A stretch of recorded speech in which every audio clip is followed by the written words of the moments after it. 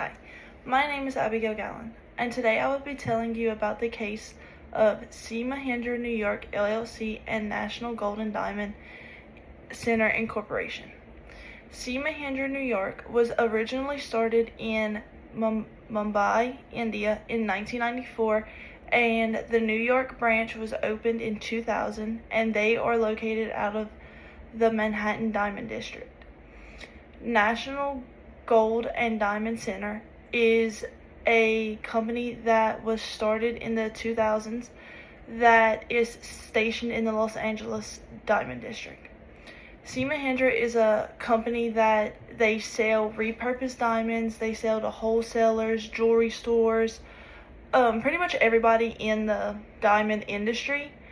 And National Gold and Diamond Center are resellers of their like they buy loose diamonds, pre-loved Rolexes, luxury pieces, and they resell. The case takes place because C. Mahindra had originally sold National Gold and Diamond Center $64,000 worth of diamonds, loose diamonds, because that's what they were selling to each other. That's what the transaction was. It was two different transactions. One was for $50,000 and the other one was for $14,000. They were in partnership for a while. This case took place around 2015. Their KIPs, their key performances indicators, are currently not open to the public because the diamond industry is so competitive that they will not release any of that to the public. So, because they don't want their competitors to know like how much they're making, what they're selling their stuff for, unless they go to the company. Because different diamond districts charge different things, and it's so competitive. So the reason that this was such an important case in the diamond district is because they had previously already had transactions together, and they had a relationship built, and they trusted each other. And for National Gold and Diamond to do this was so out of the blue because they had already had transactions and paid for them and did the whole thing. With contract law, it states that a valid sale has 4 steps: offer, acceptance, consideration, and mutual intent. Let's start with offer. Offer is when one company will bring up a transaction to another company and they say, hey, this is what we want to offer, this is what we'll give you for this much, and just like all the logistics, like they'll work them out, or they'll even say just, hey, do y'all even want to do something together? Do y'all want to work together? Is this a relationship that y'all would like to build? Acceptance is when the other company, so in this case, National Gold and Diamond offered to do business with C. Mahindra New York, and C. Mahindra was like, sure, like we've done transactions before, like I don't see a problem with this one. We have the diamonds, we can send them to y'all. C. Mahindra did accept, because the next step is acceptance. They did accept the offer, and they accepted to send the diamonds over there, which they weren't wrong for it because that's what was in the offer. I think that they personally should have taken into a little bit more consideration of what was to come because they were such large transactions. The first one was $50,000 and the second one was $14,000. And I feel like if after the $50,000 one that they should have been a little bit more skeptical about sending them the diamonds to this company. The mutual bound is that both parties agree to have the transaction started, and they understand the legal concepts of having invoices sent, paying the invoices, all those good things. So for the main arguments of each party, C. Mahindra argued that this case was a business transaction and was not on a personal level. They argued that National Diamond and Gold should have to pay back the money because they had already sent the product, and the product was selling that they had sent, and C. Mahindra still had yet to receive any money. National Diamond and Gold's argument was that they never personally, like face-to-face, had an interaction, so therefore that it should be void. Like they're basically saying that they didn't do the transaction.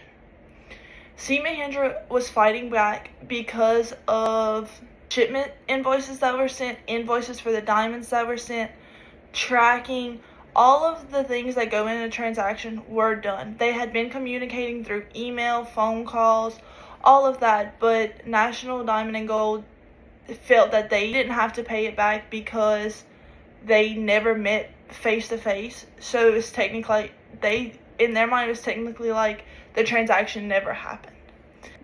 The court felt that a personal jurisdiction in New York was necessary because they had done so many transactions with the New York location that was like they had went over there and conducted the transaction, which they did not. They never actually met face to face, but it had already been a process and they had already done this before and they had already paid money, so it was like it had already happened. So the court felt like it should have been heard in New York as well as Los Angeles, like the case should be heard in both. The court did decide to make National Diamond and Gold pay the money back to C. Mahindra, as they should, because that was diamonds that C. Mahindra had worked so hard to get, and they have to make money also. Like, they did this transaction, so they should have to pay the money. There was invoices and all that was proving that they had gotten the diamonds and all that. A few lessons that were learned during this case was, that's for the diamond industry, but also for other companies as well. People were starting to make personal face-to-face transactions. Emails and phone calls were not just cutting it. They were getting a lot stricter on who they were conducting transactions with. They also made their contracts a lot more specific. So if something were to get shipped, so in the contract they would say it was shipped on this day, it arrived on this day, and they were getting down to the nitty-gritty of when the transaction was going on and what was happening during and having the contract signed by the person that was going in face-to-face to do the transaction. And that wasn't just for diamond companies, that was for jewelry companies all over the world. They were being very cautious about what was happening, and they were also being more cautious about who they were conducting transactions with. They were conducting transactions with more reliable sources, because never in a million years does a company think that somebody that they have worked for almost 15 years, almost 20 years would do something like this. But you never know what people are thinking and when they're just gonna say they're done. Whether it's not paying their money, paying their money, and never doing business with you again. Like, you just don't know those things. So people were becoming a lot more cautious with who they were conducting transactions with. Overall, this case has taught a lot of companies a lot of different things about understanding the laws, understanding the consequences to certain actions that companies think that they don't have to follow. The contract law is still in place and still very much into effect today. The 4 steps of offer, acceptance, consideration, and mutual intent are still into play to this day. They are a lot stricter than they were. Companies are not doing away with electronics, but email and text messages just so quick. But they're also having to conduct face-to-face transactions just so something like this is avoided, and they're making sure that they're getting their payments.